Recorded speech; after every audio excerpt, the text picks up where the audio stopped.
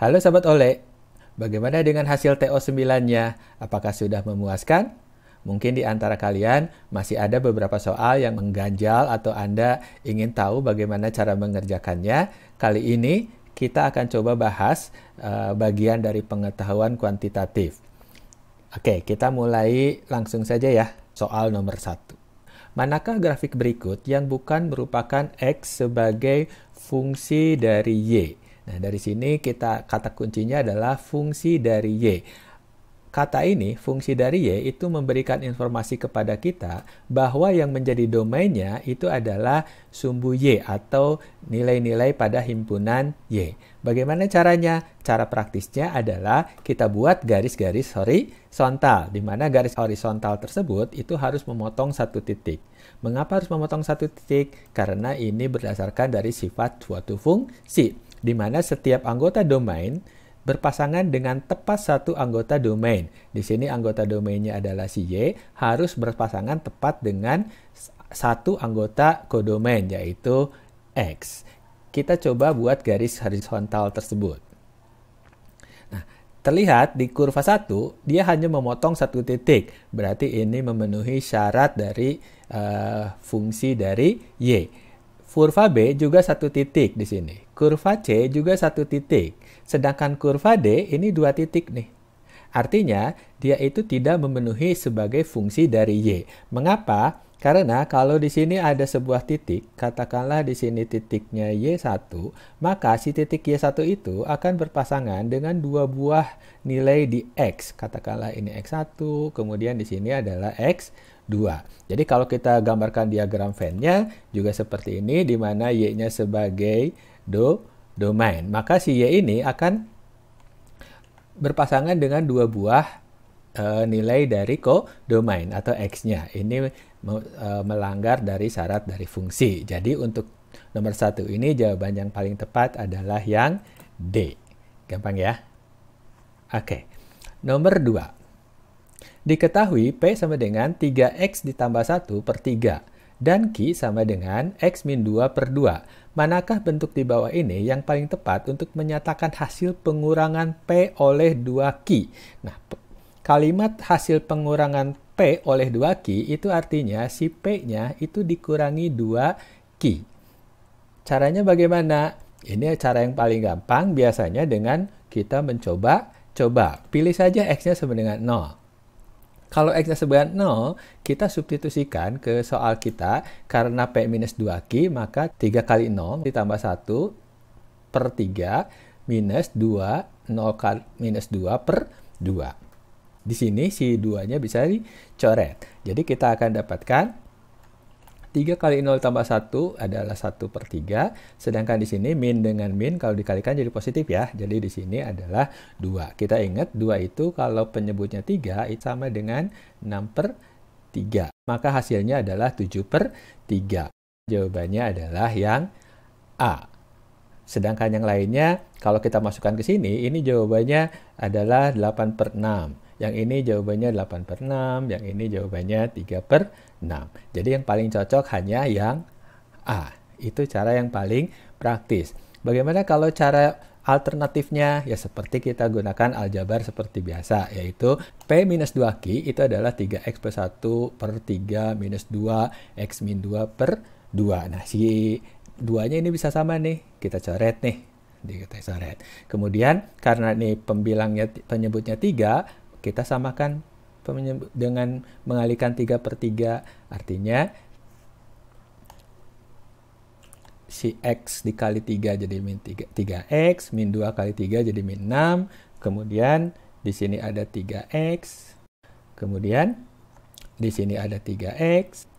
Kemudian di sini ada 3X, di sini ada minus 3X habis, plus 1, minus dengan minus jadi plus 6, jadi 7 per 3. Hasilnya sama juga adalah A. Silahkan pilih yang paling menyenangkan bagi kalian. Oke, gampang ya. Nomor 2. Daerah yang diarsir pada gambar di atas dipenuhi oleh operasi himpunan berikut.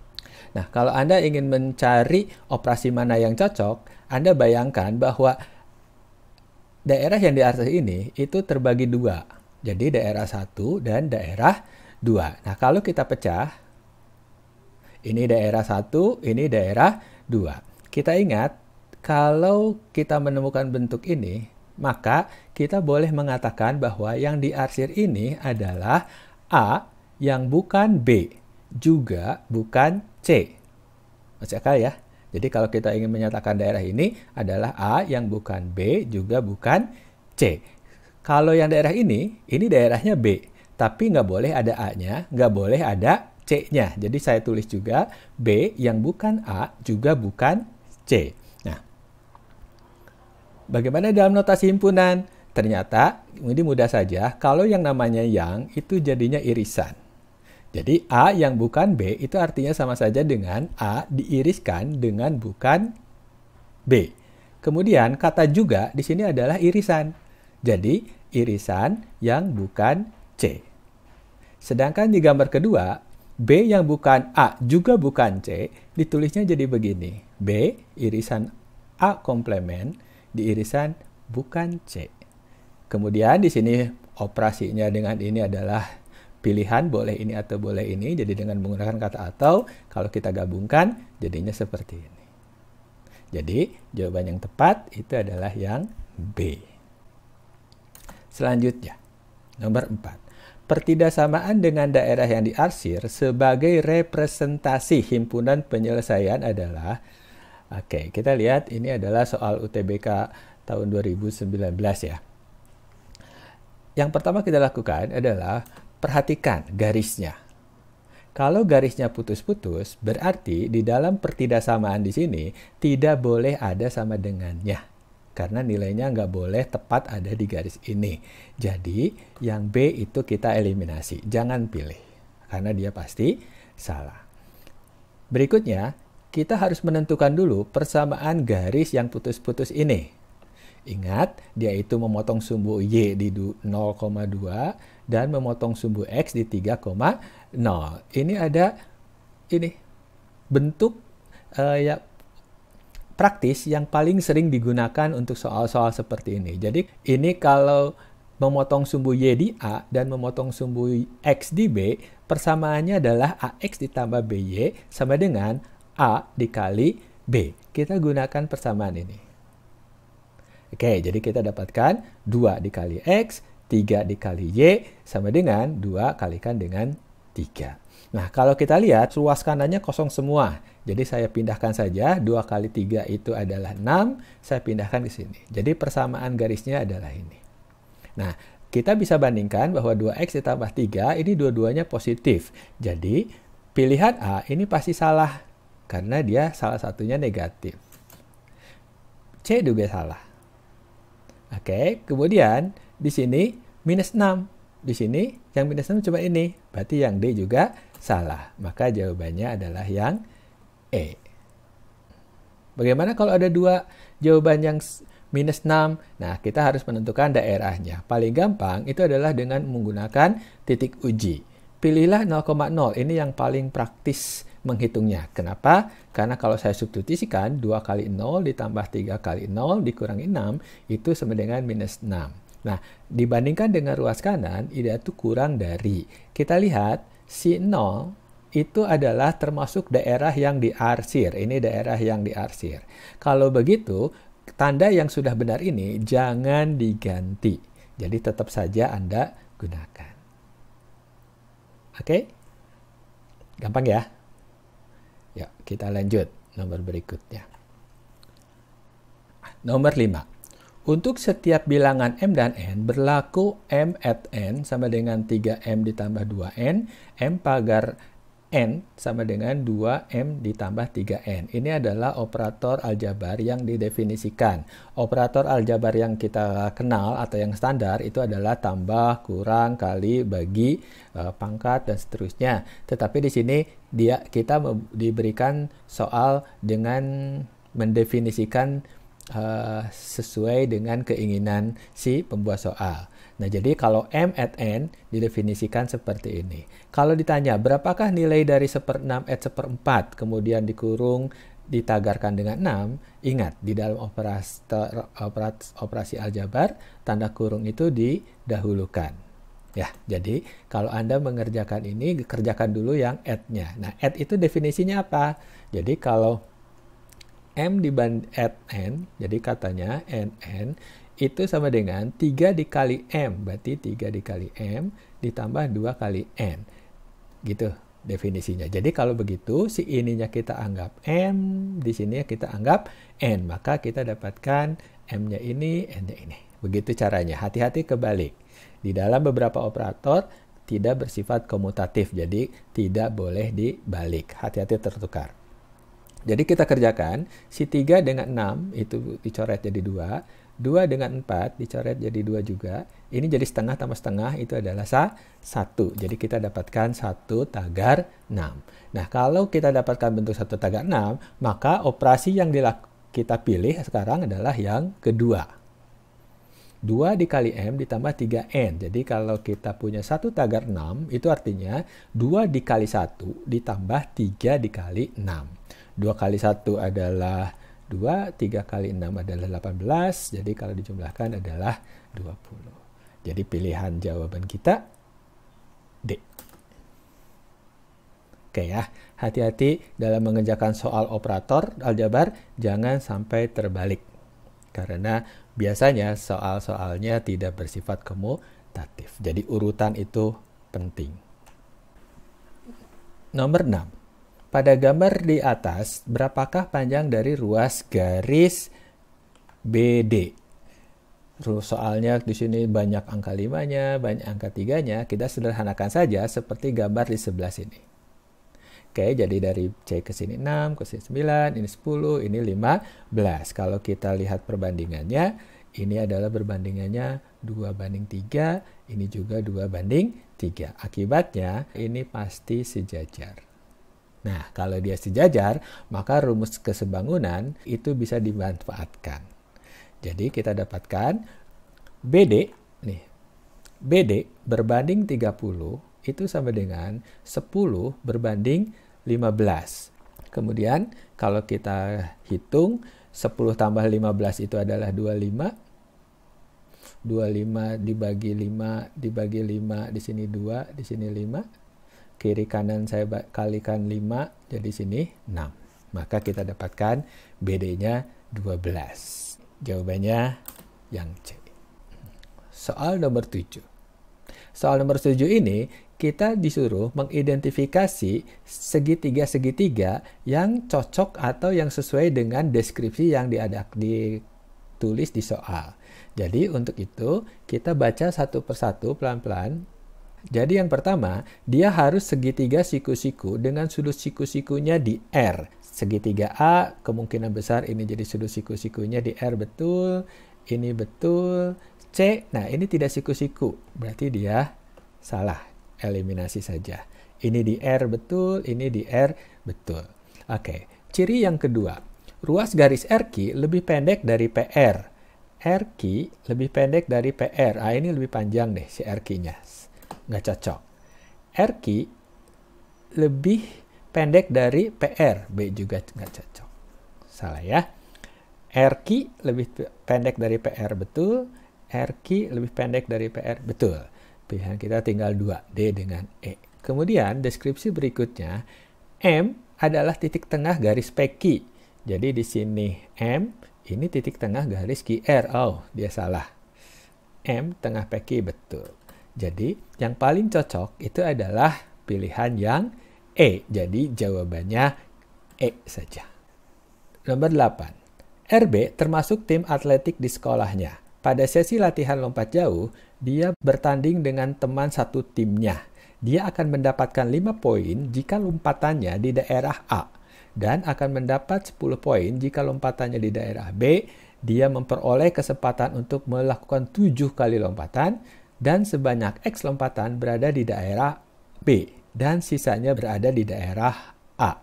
Manakah persamaan yang tepat untuk merepresentasikan hubungan antara total skor yang diperoleh RB yaitu Y dengan banyaknya lompatan di area BX. Nah, kalau kita ingin menghitung skor, berarti kita harus tahu banyaknya lompatan yang dia lakukan. Sudah diberitahu tadi berapa kali? 7 kali. Nah, kita juga harus tahu berapa kali dia berada di daerah A dan berapa kali dia berada di daerah B, betul? Banyaknya lompatan di daerah B itu sebanyak X. Jadi kita isi saja di X di sini. Karena banyak lompatannya 7, berarti yang jatuh di daerah A itu pasti 7 minus X. Baru kita hitung skornya. Kalau di daerah A atau di area A dapat 5 poin, berarti nanti si 7 minus X ini kalikan 5. Sedangkan kalau di daerah B itu dapatnya 10 poin. Kalau sebanyak X, maka dia dapat skor 10X. Total skornya berapa? Ya tinggal dijumlahkan saja. Ya, 5 kali 7 adalah 35 dikurangi 5X ditambah 10X. Jadi 5X tambah 35. Jawabannya adalah yang B. Oke? Nomor 9. BD melemparkan 2 buah dadu bersisi 6. Berapakah peluang BD mendapatkan jumlah angka pada sisi dadu-dadu tersebut adalah genap. Nah, kita melemparkan 2 buah dadu. 2 buah dadu, ingat di dalam dadu itu angkanya kalau kita lihat yang ganjilnya ada berapa? Ada 3, genapnya ada 3. Kalau kita ingin menjumlahkan, berarti kan kita jumlahkan genap-genap supaya genap atau ganjil-ganjil. Nah, kalau yang lain adalah genap-ganjil, ganjil-genap. Jadi semuanya ini adalah simetris. Nah, kalau semuanya simetris begini, maka kita nggak usah hitung-hitung lagi. Jadi jawabannya adalah setengah pasti. Nah, kalau kita mau hitung, kita bisa lakukan perhitungan seperti ini. Kalau 2 buah dadu dilemparkan, maka paling sedikit itu nilainya 2, yaitu ketika dadu pertama nilainya 1, dadu kedua nilainya 1. Kalau ingin mendapatkan jumlah 3, ini ada 2. Kenapa? Karena bisa 1 dengan 2 atau 2 dengan 1 dan seterusnya. Jadi kalau jumlahnya 4 itu ada 3, jumlahnya 5 ada 4 dan seterusnya. Paling besar itu adalah 12, yaitu ketika 6 dengan 6. Jadi kalau di sini 6 dadu pertama, dadu kedua 6. Itu jumlahnya 12. Jadi ini adalah banyaknya kemungkinan. Nah, sekarang yang diminta itu apa? Jumlahnya genap. Jadi kita tinggal hitung saja. Peluangnya adalah menjumlahkan yang genap. Jadi genap itu adalah jumlahnya 2, jumlahnya 4, 6, 8, 10, 11. Nah, yang jumlahnya 2 itu ada 1, jumlahnya 4, 3, jumlahnya 6, 5, jumlahnya 8, 5, jumlahnya 10, 3, jumlahnya 12, 1. Dijumlahkan itu adalah 18/36. Kalau disederhanakan, setengah. Sesuai dengan prediksi kita di awal. Oke? Lanjut. Nomor 10. Peluang sukses memperoleh skor lebih tinggi dari 7 dalam sebuah permainan atau game adalah 20%. Jika BD mencoba permainan tersebut sebanyak 3 kali, berapakah peluang BD berhasil mendapatkan skor lebih dari 7 minimal sekali dalam 3 kali percobaan? Jadi, kalau misalkan A itu adalah kejadian minimal dapat 1 kali, berhasil lebih dari 7. Jadi minimal sekali dari 3 percobaan itu minimal dapatnya 1. Kita katakanlah A. Maka kejadiannya adalah suksesnya 1. Jadi lebih dari 7. Lebih dari 7-nya 1. Kemudian yang kurang dari 7-nya ada 2. Bisa juga suksesnya 2, gagalnya 1, atau suksesnya 3, tidak ada yang gagal. Ini adalah kejadian minimal sekali.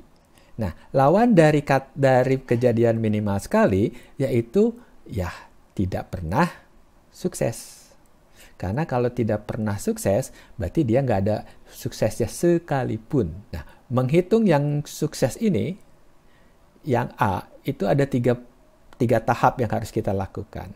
Tapi kalau menghitung yang kebalikannya, biasanya disebut komplement, itu hanya 1 kali. Nah, untuk soal seperti ini, biasanya kita bisa gunakan dengan binomial Newton.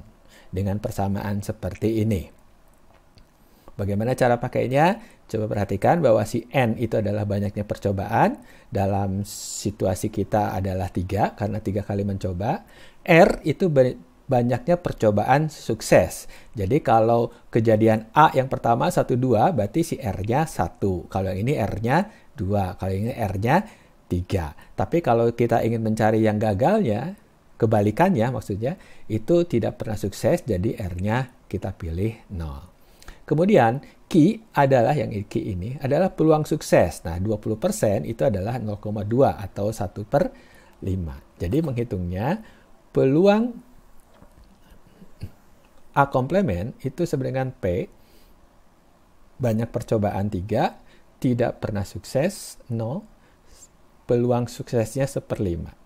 Jadi kita hitung, yang pertama CNR, berarti C 30 dikali 1/5 pangkatkan 0 dikali 1 dikurangi Q. Nah, si Q ini adalah 0,5 atau 1/5, jadi 1 kurangi 1/5. 3C0, ini yang buat soalnya baik hati, karena dia bernilai 1. Ini juga bernilai 1. Jadi yang ini adalah 5/5. Kalau kita samakan penyebutnya, 5 kurang 1 adalah 4/5. Kalau dipangkat ke 3 adalah 64/125. Ini adalah peluang yang gagal. Kebalikannya. Maka kalau Anda ingin mencari peluang A atau minimal sekali berhasil, itu adalah 1 dikurangi peluang komplemennya. Jadi 61/125. Jawabannya adalah C. Oke ya, jadi ingat-ingat rumus ini karena beberapa kali soal UTBK memanfaatkan rumus ini. Peluang binomial maksudnya. Jadi jawabannya C. Oke. Nomor 11. Seorang anak akan membuat bangun dari sebuah kawat yang panjangnya 32 cm. Ada 4 rancangan yang dipertimbangkan oleh anak tersebut, seperti gambar di bawah ini. Manakah bangun yang bisa dibuat oleh anak tersebut dengan menggunakan kawat yang dia punya? Yang jelas, yang paling gampang itu adalah nomor 2. Itu karena ini adalah persegi panjang biasa, berarti kelilingnya adalah 2 dikali panjang ditambah lebar. Berarti 2 dikali 16 jadi 32. Kawatnya tadi 32. Berarti yang 2 itu adalah bisa. Nah, coba perhatikan bangun yang 1. Sebenarnya kalau kita lihat bangun 1, dengan sedikit trik, kalau ini panjang ini saya pindahkan ke sana, kemudian yang ini saya pindahkan ke sana, yang ini saya pindahkan ke sini, yang ini saya pindahkan ke sini. Jadi bentuknya seperti ini. Dengan cara yang sama, kita lakukan ke sisi yang di sebelah kanan. Perhatikan. Nah, akibatnya bentuk kelilingnya ya sama seperti yang nomor 2. Artinya dia juga bisa. Cukup. Oke, kalau 1 benar, 3 juga pasti benar. Karena karakteristik dari soal seperti ini adalah 1 benar, 3 benar. Kalau kita buktikan, dia seperti itu. Oke, jadi bentuknya sama. Nah, yang jadi masalah itu adalah nomor 4. Kamu bayangkan begini. 6 itu adalah dari sini ke sini. Tapi dia itu miring ke sini. Berarti panjang si ini pasti lebih besar daripada 6. Artinya, dia pasti lebih dari 32. Jadi 4 nggak cukup. 1, 2, 3 itu pilihannya adalah yang A. Gitu ya. Oke. Lanjut. Nomor 12. Manakah pernyataan di bawah ini yang benar? Semua bangun persegi adalah bangun persegi panjang. Kita harus ingat lagi. Ingat-ingat ya. Bentuk persegi panjang, trapesium. Semua bangun persegi adalah persegi panjang. Ini adalah pernyataan yang betul. Kenapa? Ciri persegi panjang itu adalah dia punya 2 pasang garis yang sejajar. Oke. Dan saling tegak lurus. Itu ciri dari persegi panjang. ini dimiliki oleh persegi. Ini sejajar, yang ini sejajar, ini tegak lurus. Jadi nomor 1 itu adalah benar. 1 benar, 3 pasti benar. Bagaimana dengan nomor 2? Semua bangun belah ketupat adalah layang-layang. Nah, ciri dari layang-layang itu adalah dia mempunyai 2 pasang yang sama panjang. Jadi panjang ini sama dengan panjang ini, kemudian panjang ini sama dengan panjang ini. Mereka yang sama panjangnya nempel. Padahal ini adalah belah ketupat. Jadi belah ketupat juga memiliki sifat dari layang-layang. Jadi kalau begitu, 2 juga benar. Oke. Sekarang pertanyaan keempat. Semua bangun belah ketupat adalah bangun trapesium. Yang ini adalah trapesium. Ciri dari trapesium itu adalah mempunyai sepasang yang sejajar. Jadi asal dia punya sepasang yang sejajar, dia adalah trapesium. Belah ketupat punya nggak yang sepasang sejajar? Punya. Garis ini dengan garis ini adalah sejajar. Jadi kalau begitu, belah ketupat boleh disebut trapesium. Jadi kalau begitu, 4 juga benar. Jadi jawabannya adalah E. Oke, berikutnya. Dari sebuah survei terhadap siswa sekolah X diperoleh data dalam bentuk,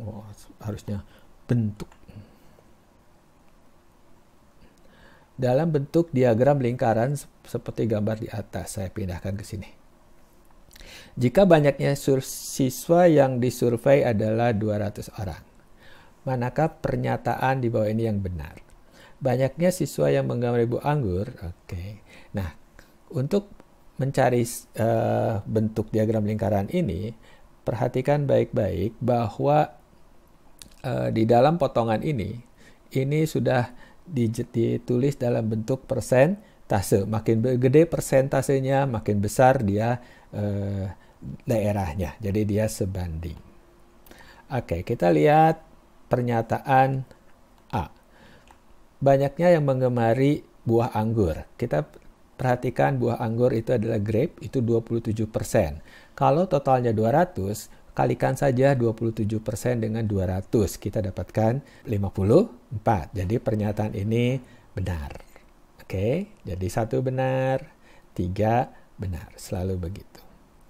Nomor 2. Perbandingan banyaknya siswa yang menyukai pisang dengan yang menyukai pir adalah 3:2. Pisang itu adalah banana, berarti kita punya 30%, peach itu 10%, kita punya 10%. Jadi 30% berbanding 10%. Jadi kalau ingin menghitung perbandingannya, bisa juga kita bandingkan persentasenya. Jadi di sini 3:1, padahal di sini 3:2. Oh, kalau begitu salah. Jadi kalau begitu, kalau 1, 3 yang benar, jawabannya adalah B. Oke ya. Lanjut. Nomor 14. Perhatikan gambar persegi panjang RSTU dan trapesium EFGH. Jadi di sini ada persegi panjang, di sini ada trapesium. Manakah hubungan yang benar antara kualitas P dan Q? Ini kita harus menghitung berapa nilai P, berapa nilai Q, kemudian dibandingkan. Sekarang kita hitung saja. Luas persegi panjang, ya gampang ya. Luas persegi panjang itu adalah panjang kali lebar. Jadi 3 kali 8. Jadi luas persegi panjang 24. Jadi nilai si P-nya adalah 24. Begitu maksudnya. Oke, sekarang ini adalah trapesium. Ingat rumus trapesium? Trapesium itu adalah A itu yang mana? Itu ingat tadi ciri trapesium itu adalah ada sisi yang sejajar. Nah, jadi si A dan B itu adalah yang sejajar itu dijumlahkan. Jadi kita cari rata-ratanya. Kemudian dikalikan tingginya. Jadi kalau di soal ini adalah 5 ditambah 7 bagi 2 dikali 4. 2-nya dicoret dengan sini, tinggal 2. 5 tambah 7 adalah 12, dikali 2, 24. Jadi si P-nya 24, si Q-nya juga 24. Bagaimana hubungannya? Sama. Jadi jawabannya adalah C. Nomor 15. Diberikan X kurang dari Y, kurang dari Z, kurang dari 0. Manakah hubungan yang benar antara si P dan si Q? Di sini si P itu adalah Z dikurangi X, sedangkan si Q adalah Z ditambah Y. Biasanya dengan soal seperti ini kita coba saja dengan angka yang memenuhi. Kita tahu bahwa dia kurang dari 0. Kalau kurang dari 0 berarti semuanya adalah negatif. Makin ke kiri, makin kecil. Ya sudah, saya ambil Z-nya min 1, Y-nya min 2, X-nya min 3. Hitung saja ke sini. Z dikurangi X berarti 2. Yang ini Z ditambah Y min 3. Jadi Z tambah Y itu pasti negatif karena dua-duanya bilangannya negatif. Tetapi ini pasti positif karena si Z itu pasti lebih besar daripada si X. Jadi perumpamaan kita, percobaan kita adalah benar. P lebih besar daripada Q. Jawabannya A. Nomor 16. Pada bidang XY di atas, saya tulisnya di samping, sebuah titik tidak terlihat pada gambar dengan koordinat AB terletak pada garis lurus Y sama dengan HX yang ini. Di mana A dan B adalah bilangan bulat tidak 0. Manakah hubungan yang benar antara kualitas P dan Q? Berarti kita harus ngitung P dan harus ngitung Q. Q-nya sudah min 1/4. Nah, karena si A, B itu terletak di garis ini, kita cari dulu saja persamaan garisnya. Ini adalah cara yang gampang. Kenapa? Karena dia melewati 0,0. Kalau melewati 0,0, si C ini dia nilainya 0. Berarti si persamaannya tinggal memanfaatkan gradien. Gradien itu gampang nyarinya. Ini ke sininya 2, ke sininya minus 8. Jadi gradiennya adalah minus 2/8. Sama dengan minus 1/4. Jadi persamaan garisnya adalah Y sama dengan 1/4 X. Nah, ada sebuah garis A, B terletak pada Y. Ya, misalkan saja dia ada di sini. Ada di sini ya, titiknya. Kalau dia ada pada garis, berarti dia harus memenuhi aturan ini. Jadi dia harus memenuhi aturan ini. Substitusikan saja ke sini. Jadi kalau substitusikan, Y-nya adalah B, A-nya adalah, X-nya adalah A. Jadi si B itu pasti min 1/4 A. Kemudian yang kita cari adalah B per A. Ya kita tinggal bagi saja. Dibagi A ruas kiri, dibagi A ruas kanan, dicoret. Jadi tinggal B per A sama dengan min 1/4. Jadi nilai P-nya adalah min 1/4. Dibandingkan dengan Q min 1/4 juga. Berarti dia sama. Oke. Nomor 17. Diketahui minus 3/2 bla bla bla bla bla. Di mana A adalah bilangan bulat. Jadi si A-nya adalah bilangan bulat. Nah, kalau kita dapat soal seperti ini, terpaksa kita gunakan operasi aljabar, pertidaksamaan. Nah, kita tulis soalnya seperti ini. Langkah yang pertama kita lakukan itu adalah kali saja yang ini dengan 20. 20 itu kalau dikalikan 2, dikalikan 5, dikalikan 4, di sepernya itu hilang pecahannya. Jadi yang ini adalah 30, ini 60 min A karena 5-nya habis, kemudian ini yang ini. Kemudian semua ini saya kurangi 60. Kalau dikurangi 60, tanda juga tidak berubah ya. Jadi min 90, ini 50-nya habis, ini jadi min 3/5. Nah, kemudian kita bagi. Nah, kita bagi berapa? Min 1/4 dibagi 4. Hati-hati kalau dibagi minus 4, tandanya kebalik. Jadi ini 5/4 saya simpan di sini. Kemudian si ini saya simpan di sini. Terbalik jadinya. Nah, 90/4 itu adalah 22/5. Jadi nanti si A itu pasti kurang dari 22/5. Maka kalau diminta A bilangan A yang paling besar, padahal si A-nya adalah bilangan bulat. Artinya bilangan bulat yang paling besar itu hanya sanggup 22. 23 udah nggak boleh. Jadi kalau begitu si P-nya sama dengan 22. Di sini juga 22. Jadi jawabannya adalah, oh ya, ini aks makin. Jadi jawabannya C, sama 22. Oke?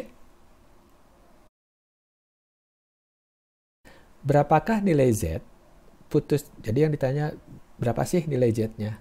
Kalau kita dikasih gambar ini dan dikasih informasi. Nah, ini adalah soal kecukupan. Jadi biasanya paling gampang bayangkan sebuah diagram seperti ini.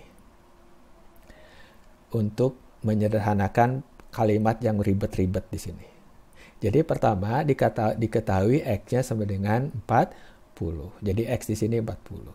Nah, bayangkan kalau gambarnya seperti ini. Jadi kiri dan kanan ini memenuhi pertidaksamaan. Jadi kalau ininya 40, ini 40, yang ini juga 40. Yang ini juga 40. Jadi informasinya berlaku untuk keduanya. Jadi kedua ini itu adalah informasinya X-nya 40. Perhatikan bahwa nilai Z-nya ini berbeda. Yang ini lebih besar. Artinya, kalau kita hanya diberikan X-nya sama dengan 40, itu kita nggak cukup untuk mencari nilai Z. Kalau kita pakai intuisi gambar. Kita bisa juga menggunakan sifat dari segitiga.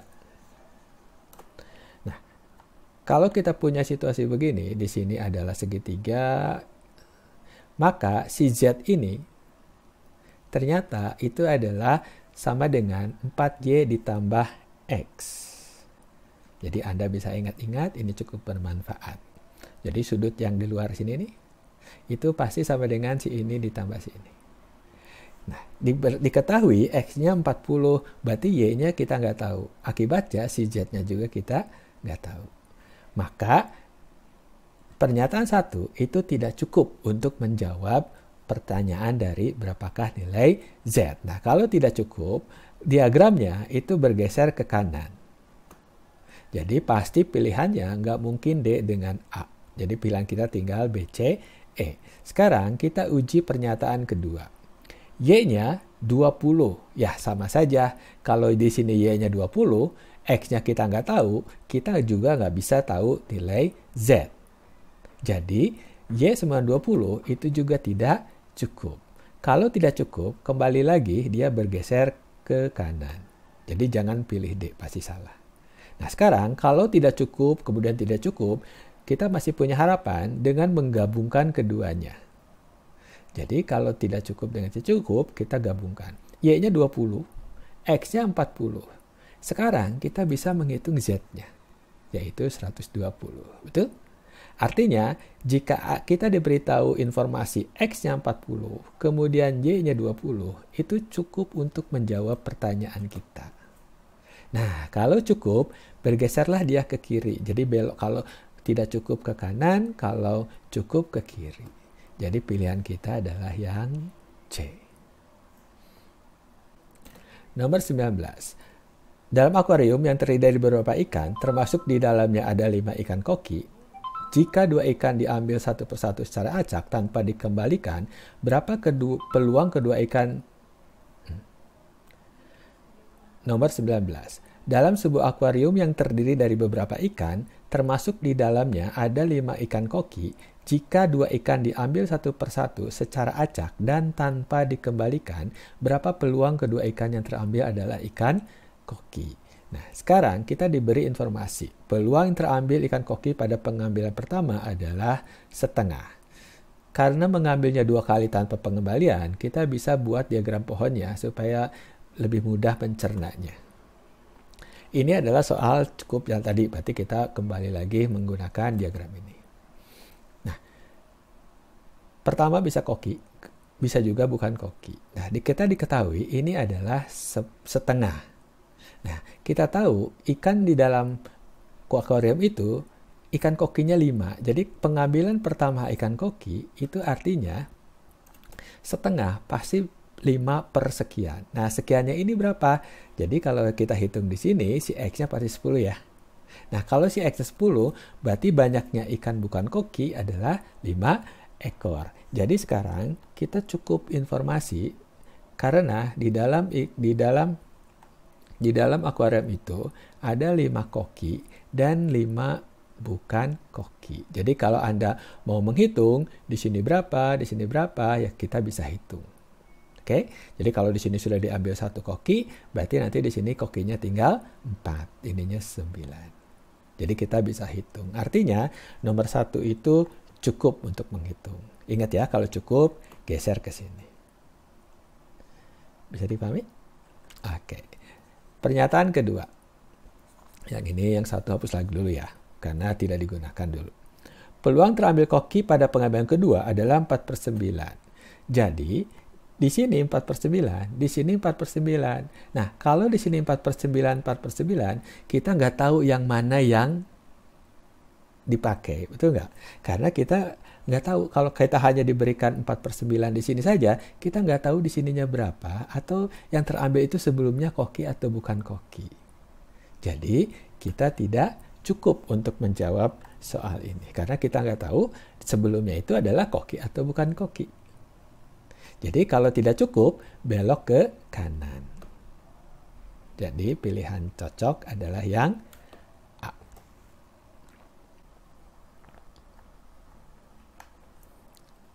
Nomor 20. Pada garis bilangan di atas, apakah X kali Y itu kurang dari 0? Dengan kata lain, si X-nya negatif. Ini adalah soal menggunakan kecukupan lagi. Informasi pertama yang diberikan, pada garis bilangan tersebut, angka 0 berada di sebelah kiri Y. Jadi si 0-nya di sebelah kiri Y. Bisa di sini, bisa juga di sini, bahkan bisa di sebelah sana. Tetapi kita tahu bahwa si Y-nya ada di sebelah kanan 0. Artinya apa? Informasi ke kita adalah Y-nya besar 0 atau positif. Jadi kalau kita buat tabelnya, Y-nya pasti positif. Karena Z di sebelah kanan Y, maka Z-nya juga positif. Si X bagaimana? Si X itu bisa positif kalau nolnya di sini. Bisa juga dia negatif kalau nolnya di sini. Jadi, X-nya bisa positif, bisa negatif. Kalikan X kali Y.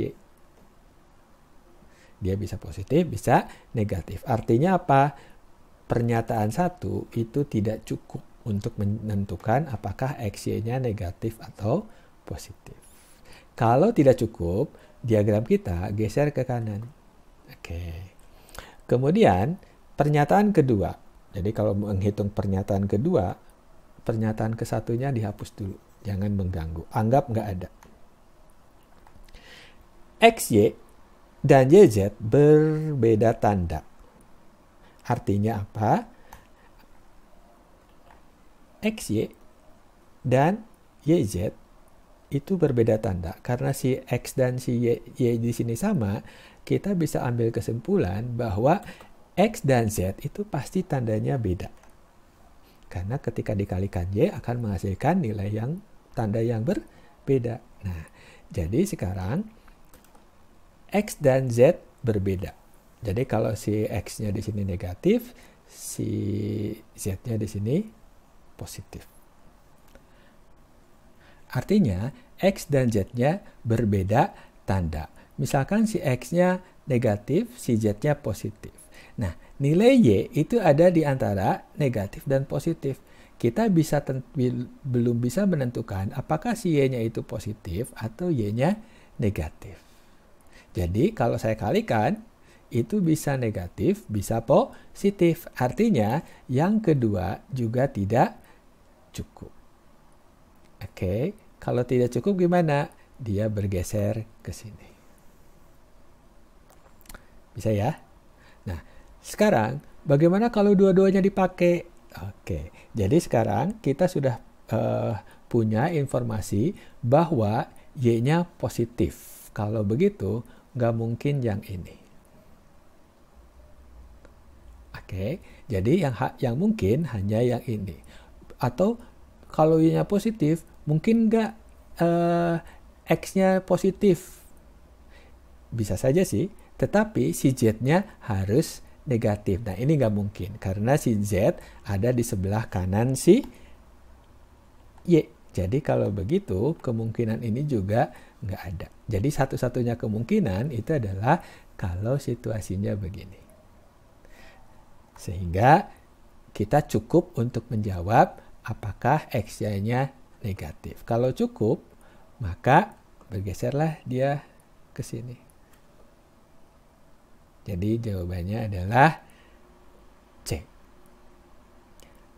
Oke. Sekian dulu pembahasan kali ini. Semoga bermanfaat.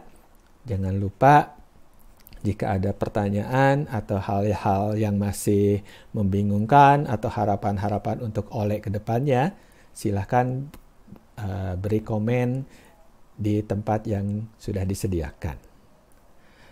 Pantengin terus YouTube Oleh karena banyak informasi yang bermanfaat untuk menghadapi tes UTBK tahun 2020. Sampai berjumpa lagi di pembahasan berikutnya.